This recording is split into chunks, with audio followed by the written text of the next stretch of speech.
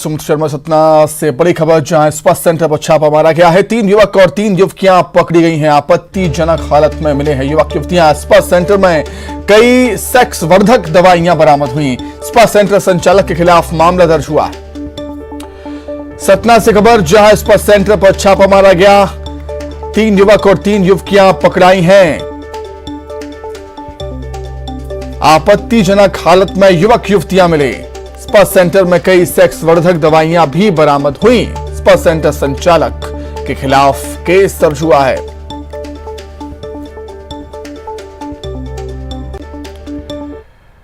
बड़ी खबर छत्तीसगढ़ की राजधानी रायपुर से, जहां मंत्री रविंद्र चौबे से मिले हैं सीएम भूपेश बघेल। मंत्री रविंद्र चौबे का कुशल क्षेम जानने उनके घर पहुंचे थे। शंकरनगर स्थित मंत्री के आवास पर पहुंचे थे सीएम भूपेश बघेल। मुलाकात के बाद सीएम हाउस के लिए रवाना हुए। तो मंत्री रविंद्र चौबे से मुलाकात की है सीएम भूपेश बघेल ने। उनका हालचाल जानने के लिए सीएम भूपेश बघेल मंत्री रविंद्र चौबे के घर पहुंचे थे। शंकरनगर स्थित उनके आवास पर सीएम भूपेश बघेल पहुंचे, मुलाकात की, उनका हालचाल जाना। मंत्री रविंद्र चौबे का हालचाल सीएम भूपेश बघेल ने जाना। उसके बाद सीएम हाउस के लिए रवाना हो गए।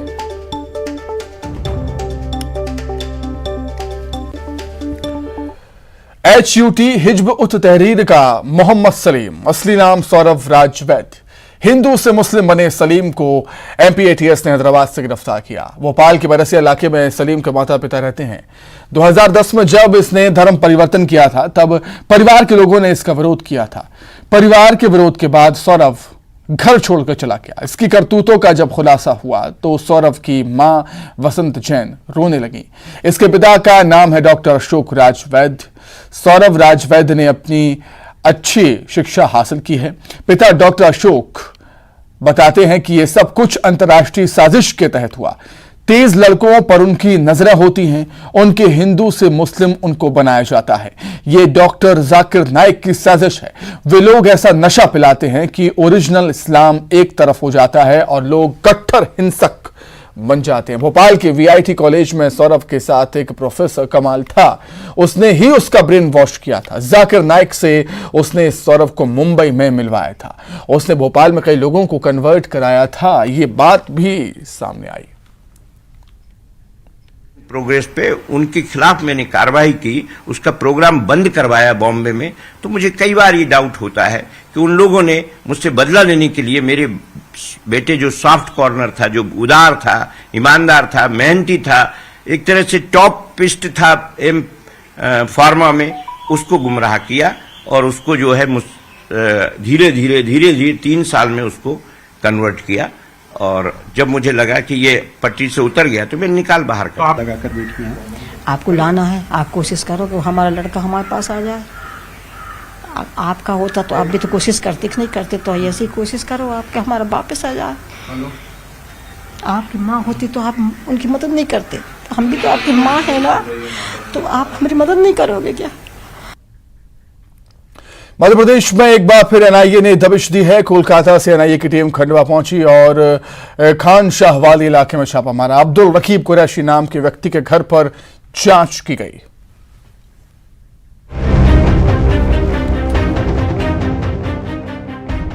हाल ही के दिनों में जांच एजेंसी NIA की मध्य प्रदेश में आवाजाही बढ़ी है। कोलकाता से खंडवा पहुंची NIA की टीम ने अब्दुल रकीब कुरैशी से जुड़ी जानकारियां खंगाल रही है। खानशावाली इलाके में जांच एजेंसी के छापे के बाद से सनसनी फैल गई है। रकीब पर सिमी और ISI से जुड़े होने का शक है।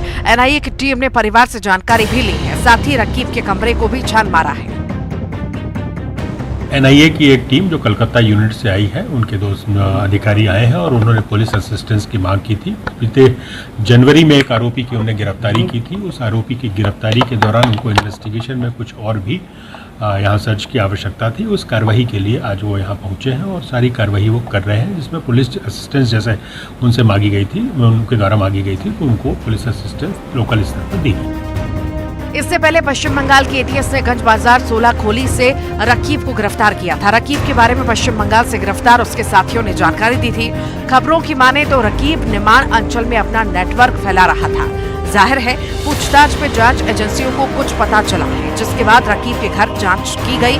उधर संदिग्ध आतंकियों की गिरफ्तारी को लेकर सीएम शिवराज सिंह चौहान ने बयान दिया। उनका कहना था कि लव जिहाद, धर्मांतरण जैसे कूचक्रों को एमपी में नहीं चलने दिया जाएगा। धर्मांतरण और धर्मांतरण के बाद आतंकवादी गतिविधियों को प्रश्रय, असंतोष फैलाने की कोशिश करना, ये हमने बहुत गंभीरता से लिया है। और मैं ये साफ कर देना चाहता हूं, ना तो लव जिहाद चलेगा, धर्मांतरण का कुचक्र चलने नहीं देंगे। एमपी में पीएफआई के बाद एचयूटी के संदिग्धों की गिरफ्तारी खतरे की घंटी की ओर इशारा कर रही है। ये तो शुक्र है कि जांच एजेंसियों के रडार पर ये लोग पहले से थे, इस वजह से इसकी जानकारी किसी बड़ी घटना से पहले हो गई। कहा तो ये जा रहा है कि आने वाले दिनों में कुछ बड़े राज खुल सकते हैं। उज्जैन में खाद्य सुरक्षा विभाग ने मिलावटखोरी पर बड़ी कार्रवाई करते हुए घी बनाने की फर्जी फैक्ट्री का भंडाफोड़ किया। मुखबिर की सूचना पर कार्रवाई करते हुए विभाग ने एक घर पर छापा मारा, जहां से 3680 किलोग्राम घी को सीज किया गया है। खाद्य सुरक्षा विभाग के मौके से घी से भरे 185 टीन, प्लास्टिक टंकी, ड्रम और लोहे की टंकी सहित कुल 23 तरह के बर्तनों में 3680 किलोग्राम घी जब्त किया। 7 आइटम के सैंपल लेकर बाकी बचे घी को सीज किया गया और जांच के लिए लैब भेज दिए गए।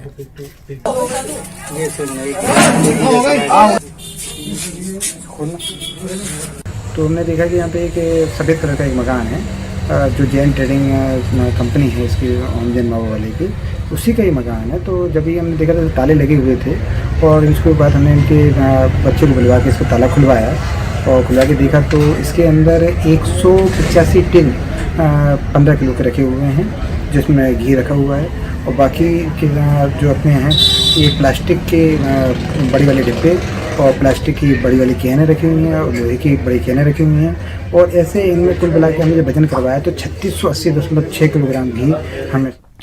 खबर बालाघाट से, जहां की वारासिवनी थाना पुलिस ने डकैती डालने की योजना बनाते बदमाशों को गिरफ्तार किया है। आरोपियों के पास से कट्टा समेत 15 लाख रुपए की कीमत की 34 मोटरसाइकिल भी बरामद हुई। पुलिस अधीक्षक ने बताया कि आरोपी महाराष्ट्र से मोटरसाइकिल चुराते थे और बालाघाट की नंबर प्लेट लगाकर ग्रामीण इलाकों में बेचते थे। पुलिस ने इस डकैती और चोरी के मामले में कुल 12 आरोपियों को गिरफ्तार किया।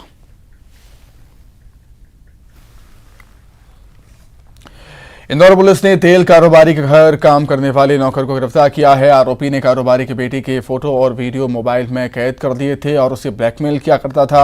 इतना ही नहीं, आरोपी ने कारोबारी के बेटे से मारपीट भी की थी। घटना भंवरकुआ थाना क्षेत्र की है। पुलिस ने मामला दर्ज कर जांच शुरू कर दी है। फरार चल रहे आरोपी को गिरफ्तार कर लिया।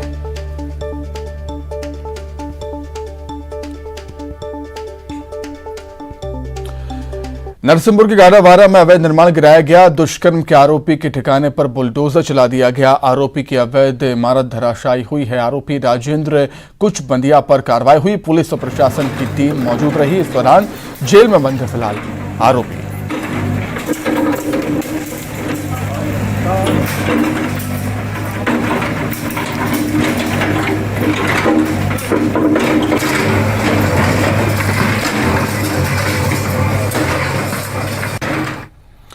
मंडला में वाहन में अचानक आग लग गई। आग में जलकर वाहन खाक हो गया। शॉर्ट सर्किट के चलते हादसे की आशंका है। ग्वावारा गांव में एक बारात में ये गाड़ी आई थी।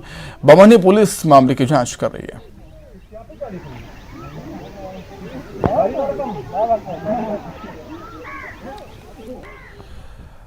भोपाल में कल शिवराज कैबिनेट की विशेष बैठक होनी है। युवा मामलों के प्रस्तावों पर इस बैठक में चर्चा होगी। कई मसलों पर कैबिनेट की मुहर लग सकती है। महत्वपूर्ण बैठक ही मानी जा रही है, जो कि राजधानी भोपाल में होगी। कल शिवराज कैबिनेट की एक अहम बैठक, कई मुद्दों पर इस बैठक में चर्चा होनी है और खासतौर से युवा मामलों के प्रस्ताव पर इस बैठक में चर्चा होगी। कई मसलों पर कैबिनेट की मुहर लग सकती है।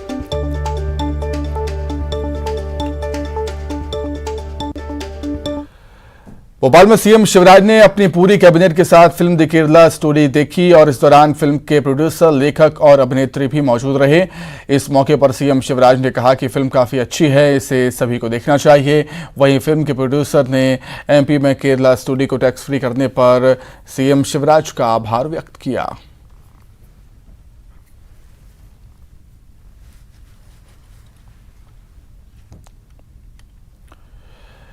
दिग्विजय सिंह ने गुना से सिंधिया के खिलाफ लोकसभा चुनाव लड़ने को लेकर बयान दिया। उन्होंने कहा कि अगर पार्टी टिकट देती है तो मैं गुना से चुनाव लड़ने के लिए तैयार हूं। दिग्विजय सिंह फिलहाल राज्यसभा सांसद हैं। उधर इनके इस बयान पर ऊर्जा मंत्री प्रद्युम्न सिंह तोमर ने निशाना साधा। तोमर ने कहा कि दिग्विजय सिंह के भोपाल में चुनाव लड़ने का हश्र कांग्रेस पार्टी देख चुकी है पहले से ही।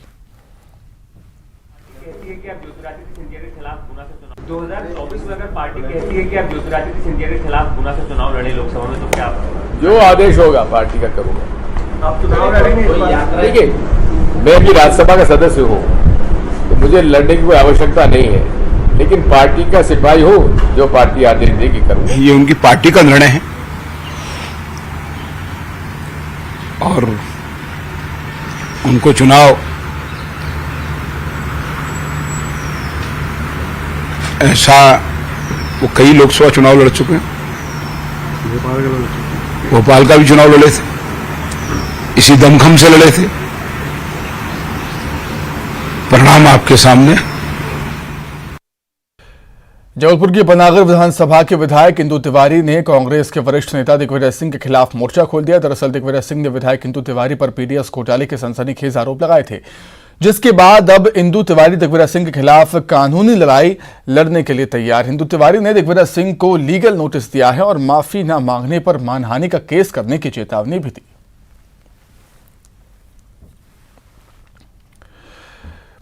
मुरैना की दिमनी थाना पुलिस ने छापामार कार्रवाई करते हुए भूसे और बाजरा के ढेर में रखी गई अवैध शराब जब्त की। पकड़ी गई शराब की कीमत 1 लाख रुपए है।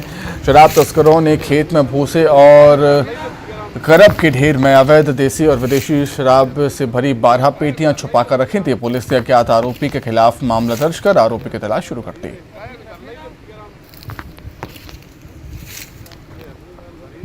ये ढाबा है, उसके पीछे खेत है, उसमें जो उसकी बाजरे की करब रहती है उसमें दबी हुई थी। करीबन 11-12 पेटियां हैं, वो पुलिस ने जब्त की हैं और उसमें अज्ञात आरोपियों के खिलाफ केस दर्ज किया है। इसमें 2-3 लोगों के नाम चिन्हित हो रहे हैं और हमने बताया टेक्निकल एविडेंस के आधार पर, और जो है लोग जो वहाँ से लेके जाते हैं या खरीदते हैं।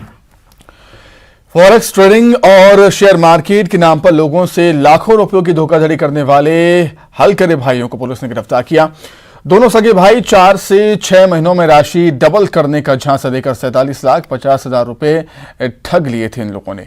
धोखाधड़ी के खेल में शामिल विकास और सौरभ हलकरे को पुलिस ने गिरफ्तार कर लिया। हालांकि पुलिस की जांच अभी भी जारी है।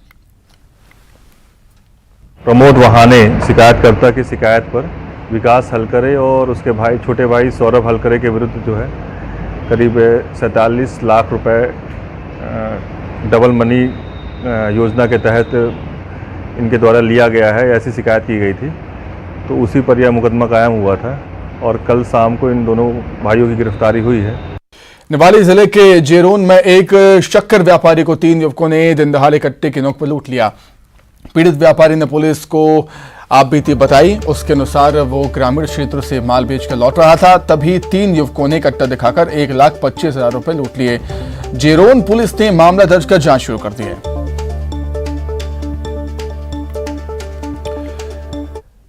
शहडोल से खबर है, कुएं में डूबने से 2 बच्चियों की मौत हो गई। 4 और 2 साल की दोनों बच्चियां थीं, खेलते समय कुएं में गिर गईं।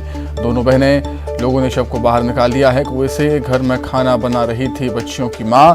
माता पिता का रो रो कर बुरा हाल। तो बेहद दुखद ये घटना शहडोल से सामने आई, जहां कुएं में डूबने से 2 बच्चियों की मौत हो गई। खेलते समय, खेलने के दौरान ये दोनों बच्चियां कुएं में जा गिरीं, जिनकी उम्र 4 और 2 साल थी। खेलते समय यह हादसा हुआ। दोनों सगी बहनें थीं। लोगों ने शव को कुएं से बाहर निकाल लिया। खबर रतलाम से, जहां तालोद गांव में एक पति ने चरित्र शंका में अपनी पत्नी की जान ले ली और खुद भी फांसी लगाकर आत्महत्या कर दी। 40 साल के बालू सिंह ने अपनी ही पत्नी तेजूबाई की कुल्हाड़ी मारकर हत्या कर दी। हत्या के बाद आरोपी पति बालू सिंह ने घर में ही फांसी का फंदा बनाया और अपनी जान दे दी। गांव के सरपंच ने तत्काल पुलिस को सूचना दी। पुलिस ने दोनों शवों को कब्जे में ले लिया है, सरकारी अस्पताल भिजवाया है पोस्टमार्टम के लिए। जबलपुर में रेत के अवैध खनन को लेकर मध्य भारत मोर्चा संगठन ने अनोखे ढंग से प्रदर्शन किया। मध्य भारत मोर्चा के सदस्य अवैध खनन पर रोक लगाने और जिम्मेदार अधिकारियों को बर्खास्त करने की मांग कर रहे हैं। कलेक्ट्रेट भी पहुंचे थे, जहां उन्होंने अधिकारियों का इंतजार किया, लेकिन कोई भी अधिकारी उनकी बात सुनने के लिए नहीं आया। मोर्चा के सदस्यों का कहना है कि अवैध खनन के खिलाफ बार बार सबूत और जानकारी दी जा रही है, लेकिन फिर भी कोई कार्रवाई नहीं हो रही।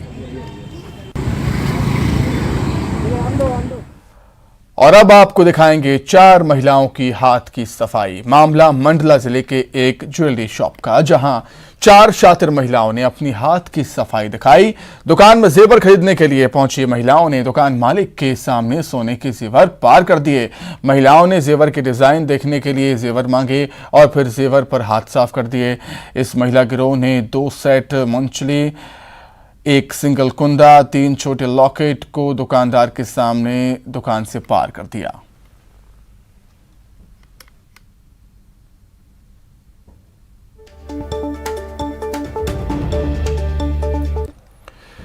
खंडवा में प्याज की गिरती कीमतें किसानों को रुला रही हैं। बम्पर पैदावार के बाद हालात ये हैं कि कृषि मंडी में प्याज बेचने आ रहे किसानों को उपज का सही दाम भी नहीं मिल पा रहा। मजबूरी में किसान लोगों को फ्री में प्याज बांट रहे हैं। किसान घनश्याम पटेल ने कहा कि मंडी में 125 रुपये प्रति कट्टा, मतलब लगभग 2 रुपये किलो का दाम मिल रहा है प्याज का, जिसमें लागत भी नहीं निकल पा रही, इसलिए जनता को फ्री में प्याज बांट दिया।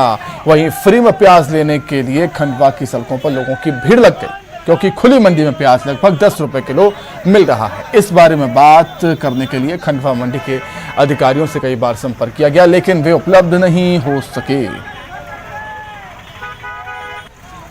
मौसम रहता तो कम से कम 800 कट्टे प्याज की 50 की भर्ती में मैं खेत से घर तक लाया। 8 ट्राली, 3 ट्राली खेत में रह गए, सड़ी सूती यहाँ लाया तो यहाँ सिर्फ मात्र 200 कट्टे मेरे को हाथ में रहेंगे, वो भी यहाँ 100 रुपये कट्टा बिका है, 2 रुपये किलो बिका है। बहुत परिस्थिति खराब है, इसलिए मैं प्रशासन से, सरकार से ये निवेदन करता हूँ कि मेरे को इसकी राहत राशि, मुआवजा राशि जो भी हो खर्चे के माध्यम से मिले। आज कितना कट्टा लाए थे? आज मैं लाया था 82 कट्टे। तो क्या हुआ फिर? छोड़ दिया मैंने, 100 रुपये कट्टे में मैंने प्याज बेची नहीं, मैं बांट दूंगा ऐसे ही। दमोह जिले के बतियागढ़ से खबर, जहां एक भालू के हमले में युवक घायल हो गया। वहीं इसी क्षेत्र में भालू की चहलकदमी का एक वीडियो भी सामने आया है। भालू के हमले में घायल युवक को अस्पताल में भर्ती किया गया, साथ ही वन अमले को सूचना भी दी गई। उधर देवलाई गांव में एक भालू के खेत में होने का वीडियो भी सामने आया। आशंका जताई जा रही है कि ये वही भालू है जिसने युवक पर हमला किया। वन अमला भालू की तलाश कर रहा है।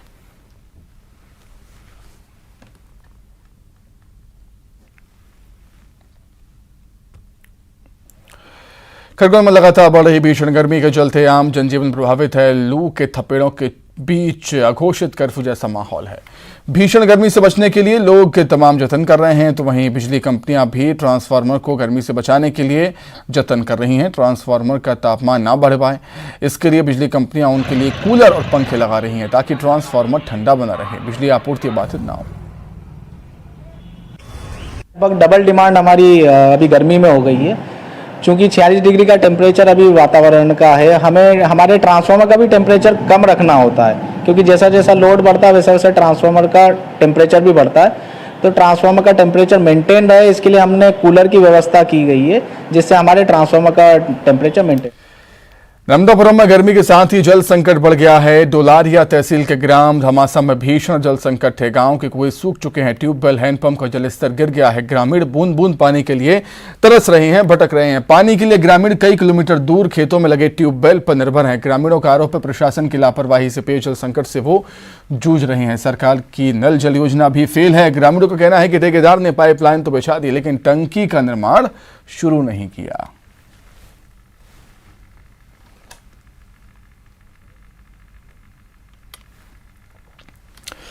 ग्रामीण शासन प्रशासन से पानी की समस्या दूर करने की गुहार लगा रहे हैं। कई बार शिकायत कर चुके हैं। हर साल गर्मी के दिनों में यही हालात होते हैं, लेकिन समस्या जस की तस बने हुई है। अभी भी ग्रामीणों को अपने गांव में पानी का इंतजार है। पानी का कोई स्रोत वहां पर होना चाहिए। तस्वीरें साफ बयां करती हैं। छोटे छोटे बच्चे भी जो पानी भरने के लिए डिब्बा लेकर जाते हुए आपको नजर आ रहे होंगे। वहां पर महिलाएं, बच्चे, बुजुर्ग, युवा सभी परेशान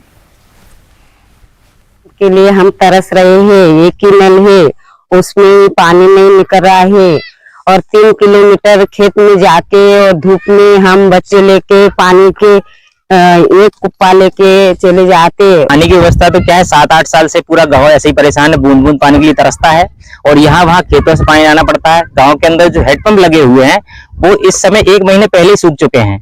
किसी हेडपंप में पानी था तो वो भी बिल्कुल एकदम पीला पड़ गया, जो पीने लायक भी नहीं है। कुछ हमारे हैंडपंप जरूर अभी बिगड़े होंगे और जो पीएचई की जल जीवन मिशन के अंतर्गत भी हमारी जी परियोजना चालू हो गई, जिसका बोर भी हो गया है और हम लोग बहुत जल्द उसमें अभी मोटर डाल के तत्काल हम लोग पानी की व्यवस्था तो करा ही देंगे। वहाँ पानी की टंकी भी बन रही है और पाइपलाइन भी आ चुके हैं। तकनीक और इंटरनेट के बढ़ते यूज की वजह से बच्चे स्मार्टफोन और टैब का पहले से अधिक यूज कर रहे हैं।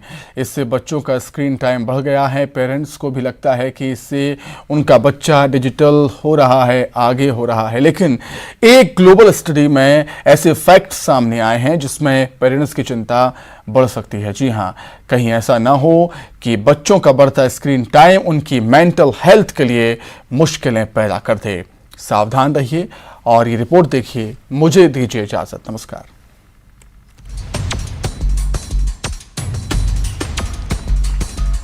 अगर आपको भी ये लगता है कि बच्चों को बहुत ही कम उम्र में स्मार्टफोन या टैबलेट देने से उन्हें डिजिटल बढ़त मिलेगी और वो स्मार्ट होंगे, तो कुछ बातें आपको जरूर पता होनी चाहिए। एक सर्वे में ये पता चला है कि बच्चे को जितनी जल्दी स्मार्टफोन दिया जाता है उतना ही अधिक उसके बड़े होने पर मेंटल हेल्थ से जुड़े खतरों का होता है। एक स्टडी में खुलासा हुआ कि जिन बच्चों को स्मार्टफोन बहुत पहले इस्तेमाल करने को मिल जाता है उन्हें आगे चलकर कुछ स्वास्थ्य समस्याओं का सामना करना पड़ता है। इस सर्वे को लेकर न्यूज़ 18 ने विशेषज्ञों से बात की। विशेषज्ञों का कहना है कि कोरोना काल के बाद बच्चों का स्क्रीन टाइम काफी बढ़ चुका है और इसकी वजह से फिजिकल और मेंटल दोनों तरह की हेल्थ समस्याओं का खतरा भी बढ़ा है। आईज में प्रॉब्लम हो रही है और बच्चों का जो आउटडोर प्ले टाइम था वो कम हो गया। बच्चे मोस्टली स्क्रीन पे ही, पढ़ाई भी है और गेम्स भी है, उसी में ज़्यादा इन्वॉल्व हो रहे हैं, जिससे उसके अंदर फिजिकल प्लस मेंटल डिसऑर्डर दोनों ही आ रहे हैं। फिजिकली उनकी हेल्थ में प्रॉब्लम आ रही है और साइकोलॉजिकली भी उनकी प्रॉब्लम आ रही है। उनका स्क्रीन टाइम इतना बढ़ गया है कि वो खेलते, उठते, बैठते, खाते, सोते वो मोबाइल में ही इतने इन्वॉल्व रहते हैं। तो उससे एक जैसे सर दर्द की समस्या है, मस्कुलर वीकनेस है वो समस्या है, गर्दन में पेन है जो क्योंकि पोजीशनिंग की वजह से है, ये सारी हैं। और जो बच्चों की इंटरेक्शन दूसरे बच्चों से है या जो प्लेग्राउंड में इंटरेक्शन है या फैमिली में इंटरेक्शन है वो बहुत कम हो गई है। उससे साइकोलॉजिकल डिसऑर्डर्स बढ़ रहे हैं। लेकिन मुश्किल ये है कि स्क्रीन टाइम एक दो धारी तलवार की तरह है। आज के युग में ये मुमकिन नहीं कि बच्चों को डिजिटली डिस्कनेक्ट किया जाए। ऐसे में अब बड़ी जिम्मेदारी पेरेंट्स की है। देखिए, स्क्रीन टाइम जो है ना ये दो धारी तलवार है। अगर हम बिल्कुल मना करते हैं तो भी नुकसान है और बहुत ज़्यादा अलाउ करते हैं तो भी नुकसान है। तो स्क्रीन टाइम पेरेंट्स को चाहिए कि एक लिमिटेड समय के लिए करें। एक निर्धारित समय की एक बच्चे को मैक्सिमम 2 घंटे का अलाउ करें। उसमें उसकी स्टडीज़ भी है, उसमें उसका टीवी का टाइम भी है, उसमें उसका प्ले टाइम भी है। सब कुछ मिला के 2 घंटे से ज़्यादा screen, mobile plus TV allow ना करें। तो ये पेरेंट्स को है रिस्ट्रिक्शन लगानी पड़ेगी, वरना बच्चों का तो कोई टाइम नहीं है।